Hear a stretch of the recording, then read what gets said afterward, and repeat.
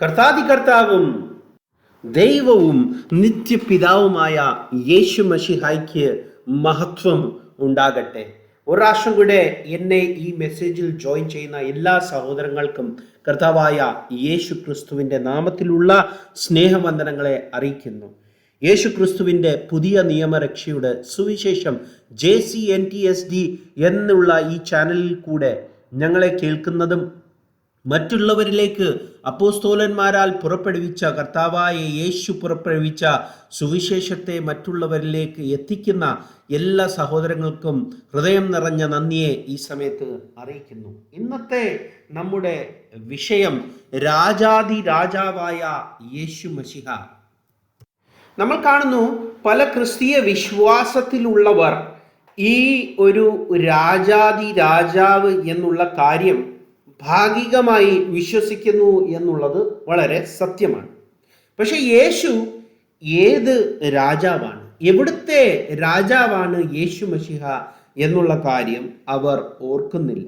മിക്കവാറും ഉള്ളവർ അവരെ ക്രിസ്ത്യാനി എന്ന് അവർ സംബോധിക്കുന്നു. ക്രിസ്ത്യാനി എന്ന് കർത്താവായ യേശു ക്രിസ്തുവിനെ പിന്തുടരുന്നവർ വിളിക്കപ്പെട്ടത് അന്ത്യോക്യക്കാരാണ് അവരെ വിളിച്ചത് എന്ന് നമുക്ക് വളരെ വ്യക്തമായിട്ട് വചനത്തിൽ കൂടെ കാണുവാൻ സാധിക്കും. പക്ഷേ അവർ ക്രിസ്ത്യാനികൾ ആണ് എന്നാണോ വചനം നമ്മളെ അറിയിക്കുന്നത്?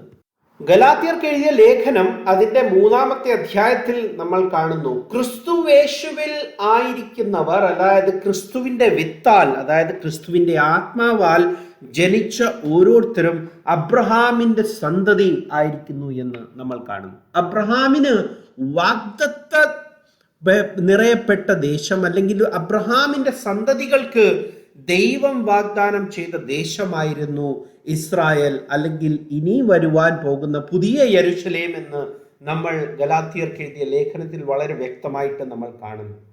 അതുപോലെ തന്നെ എഫേസ്യർക്ക് എഴുതിയ ലേഖനത്തിൽ നമ്മൾ കാണുന്നു, അക്കാലത്ത് നിങ്ങൾ ക്രിസ്തുവിനെ കൂടാതെയുള്ളവരും ഇസ്രായേലിന്റെ പൗരത്വം സംബന്ധിച്ച് നിങ്ങൾ വാഗ്ദത്തത്തിൽ ഉൾപ്പെട്ടവരല്ലായിരുന്നു, പക്ഷെ ക്രിസ്തുവിൽ കൂടെ നിങ്ങൾ ഇസ്രായേലിന്റെ പൗരത്വം നേടിയിരിക്കുന്നു. അത് ഇന്ന് കാണുന്ന ഒരു ദേശമായ ആ ഒരു ഇസ്രായേൽ അല്ല എന്ന് വളരെ വ്യക്തമാകുന്നു.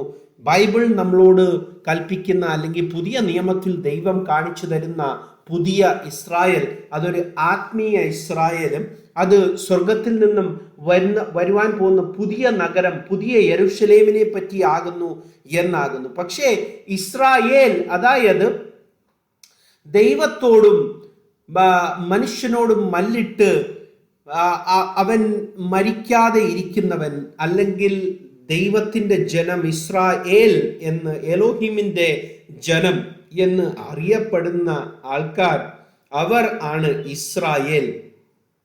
ആ ഇസ്രായേലിന്റെ ദേശത്തിന്റെ പൗരത്വം നമുക്ക് ഉണ്ട് ക്രിസ്തുവിൽ കൂടെ എന്ന് പറയുന്നു. ഈ ഇസ്രായേലിന്റെ രാജാവാകുന്നു യേശു. അവനിൽ കൂടെ നമ്മൾ ഇസ്രായേലിന്റെ പൗരത്വത്തിൽ, അവൻ തന്നിരിക്കുന്ന ഈ ആത്മീയ ഇസ്രായേലിന്റെ പൗരത്വത്തിൽ നമ്മൾ പ്രവേശിക്കുന്നു എന്ന് വളരെ വ്യക്തമായിട്ട് ഗലാത്യർക്കുള്ള ലേഖനത്തിലും എഫേസ്യർ 2 വളരെ വ്യക്തമായിട്ട് നമ്മൾക്ക് കാണുവാൻ സാധിക്കുന്നു. അപ്പോൾ പുതിയ നിയമത്തിൽ ദൈവം വേറെ ഒരു വ്യക്തിയെ ഇസ്രായേലിന്റെ രാജാവായിട്ട് തിരഞ്ഞെടുത്തുവോ?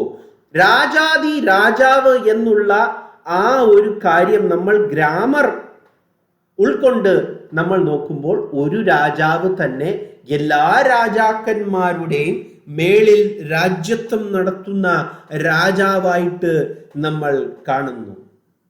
അതായത് അവന്റെ മുകളിൽ വേറെ ഒരു രാജാവ് ഇല്ല. എന്നാൽ പഴയ നിയമത്തിൽ നമ്മൾ കാണുന്നു, ശമൂവേൽ പ്രവാചകൻ വരെ ജഡ്ജസ് ആയിട്ട് ഇരുന്ന, അതായത് ദൈവം അവരുടെ രാജാവായിട്ടും യഹോവയായ ദൈവം, അത് സോളമൻ പറയുന്നു, നീ സ്വർഗത്തിലെ സിംഹാസനത്തിൽ നിന്നും രാജ്യത്വം നടത്തുമ്പോൾ എങ്ങനെയാണ് നീ ഈ ആലയത്തിൽ വസിക്കുന്നത് എന്ന് രാജാക്കന്മാരുടെ പുസ്തകത്തിൽ ശലോമോൻ പുതിയ ദേവാലയത്തെ പ്രതിഷ്ഠിക്കുമ്പോൾ പറയുന്നു. എങ്ങനെയാണ് സ്വർഗത്തിന്റെ സിംഹാസനത്തിൽ ഇരിക്കുന്ന രാജാവായ ദൈവം ഈ ആലയത്തിലും അവന് വസിക്കുവാൻ സാധിക്കുന്നത്? സ്വർഗത്തിൽ നിറഞ്ഞു നിൽക്കുന്നവൻ എങ്ങനെയാണ് ഈ ചെറിയ ഒരു ആലയത്തിൽ അവന് അധിവസിക്കുവാൻ സാധിക്കുന്നത്? ദൈവം ആത്മാവാകുന്നു. അവന്റെ ആത്മാവിനെ അവന് വേണ്ട രൂപത്തിൽ ഒരുക്കി ഈ ലോകത്തിൽ എത്ര സ്ഥലത്ത് വേണമെങ്കിൽ ഒരുമിച്ച് പ്രവർത്തിക്കുവാൻ സാധിക്കുന്ന സർവശക്തനായ സർവവ്യാപിയായ ദൈവത്തെയാണ് ബൈബിൾ നമ്മൾക്ക് കാണിച്ചു തരുന്നത്. സ്വർഗത്തിലെ സിംഹാസനത്തിൽ എന്നേക്കും ഇരിക്കുമ്പോൾ തന്നെ പഴയ നിയമത്തിൽ പല സ്ഥലത്തും അഗ്നിമേഘ തൂണുകളാലും അവരെ നടത്തിയതും പലവിധമായ പ്രത്യക്ഷതകൾ അവർക്ക് നൽകിയപ്പോഴും ദൈവം എന്നേക്കും സ്വർഗത്തിൽ സിംഹാസനത്തിൽ ഇരിക്കുന്നു എന്ന് വചനം നമ്മളെ ഓർമ്മിപ്പിക്കുന്നു. സങ്കീർത്തനങ്ങൾ അതിൻ്റെ 29-ാമത്തെ അധ്യായം 10-ാമത്തെ വാക്യത്തിൽ സങ്കീർത്തനക്കാരനായ പ്രവാചകന്മാർ പറയുന്നു, യഹോവ ജലപ്രളയത്തിന്മീതെ ഇരുന്നു, യഹോവ എന്നേക്കും രാജാവായി ഇരിക്കുന്നു.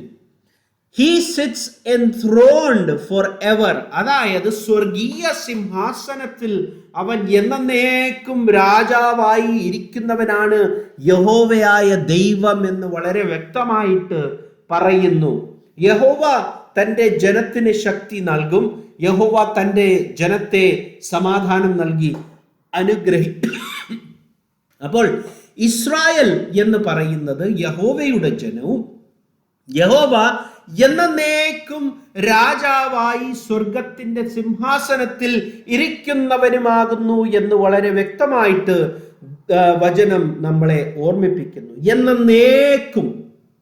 എന്നേക്കും എന്ന് പറഞ്ഞാൽ വളരെ വ്യക്തമായ വാക്യമാണ്. ദൈവം ഒരിക്കലും രാജാവിൻ്റെ സ്ഥാനം ഒഴിയുന്നില്ല. അവൻ മുൻപ് ഇസ്രായേൽ എന്ന ഒരു ഭൂപ്രദേശത്തിൻ്റെ രാജ്യത്വം വഹിച്ചിരുന്നു.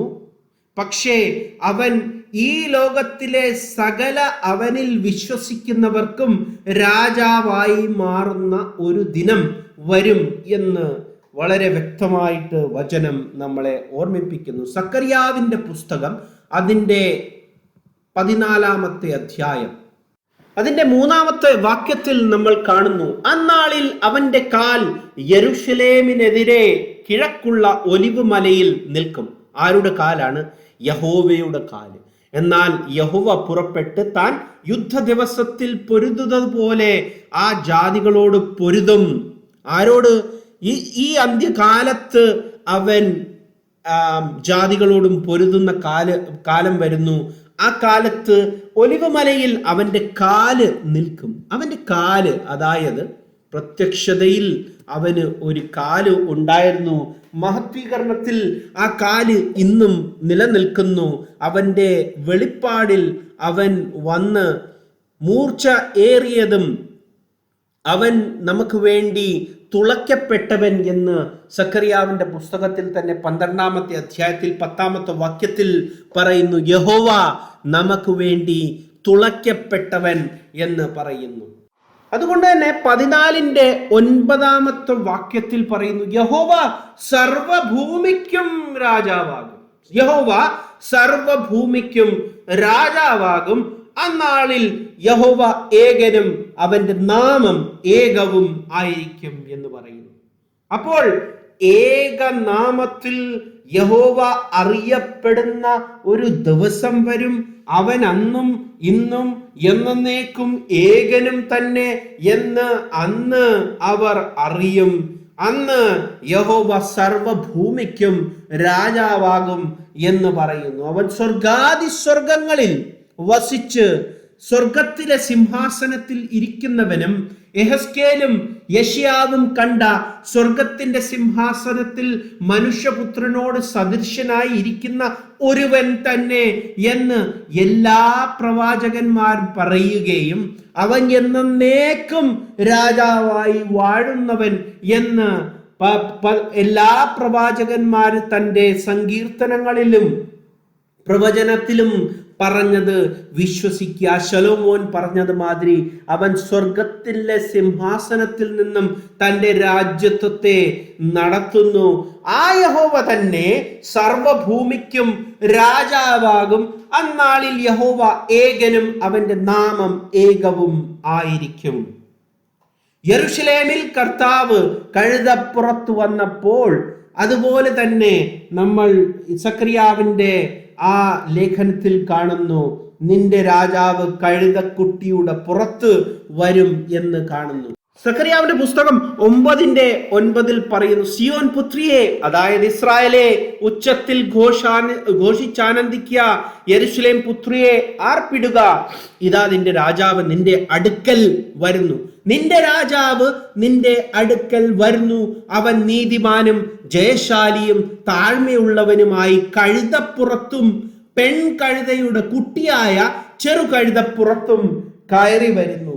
യെരൂശലേമിൽ അവന് മുൻപേ ആ സ്വീകരണം നൽകിയ ജനം കർത്താവിന്റെ നാമത്തിൽ, അതായത് അഡോണായിയുടെ നാമത്തിൽ, അതായത് യഹോവയുടെ നാമത്തിൽ വരുന്ന രാജാവ് വാഴ്ത്തപ്പെട്ടവൻ എന്ന് അവന് സ്വീകരണം നൽകിയ ജനം അവരുടെ ബുദ്ധിയാലല്ല സ്വീകരണം നൽകിയത്. അവർ പരിശുദ്ധാത്മാവിന്റെ പ്രവർത്തനത്താലാണ് ആ പ്രവൃത്തി ചെയ്തത്. യേശു പറഞ്ഞു, ഇന്ന് ഇവർ സംസാരിച്ചില്ല എങ്കിൽ കല്ലുകൾ സംസാരിക്കും എന്ന് പറഞ്ഞു. എന്തെന്ന് വെച്ചാൽ പ്രവാചകന്മാരിൽ കൂടെ മുൻകൂട്ടി യഹോവ തന്നെ ഇവിടെ ഒരു വേഷത്തിൽ മനുഷ്യനായി ഈ ലോകത്തിലേക്ക് കടന്നു വരുമെന്നും അവരുടെ രാജാവ് എന്നേക്കും ഇസ്രായേലിന്റെ രാജാവായിരിക്കുന്നവൻ കുട്ടിയുടെ മേളിൽ കയറി, ഒരു പെൺ കഴുതയുടെ മേളിൽ കയറി കടന്നു വരും. ഇതാകുന്നു നിന്റെ രാജാവ്, ഇതാണ് നിന്റെ രാജാവ്, ഇതാണ് നിന്റെ രാജാവിന്റെ നാമത്തിൽ.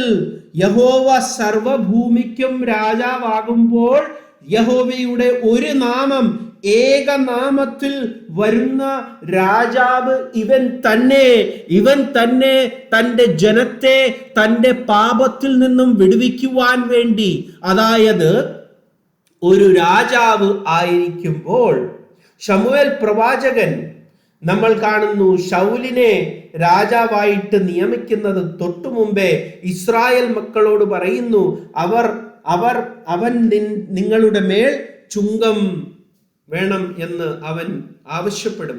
നിന്റെ മക്കളെ എല്ലാം യുദ്ധത്തിന് വേണ്ടി അയക്കും. അവൻ മുമ്പേ പോയി അവർ യുദ്ധത്തിൽ മരിക്കും.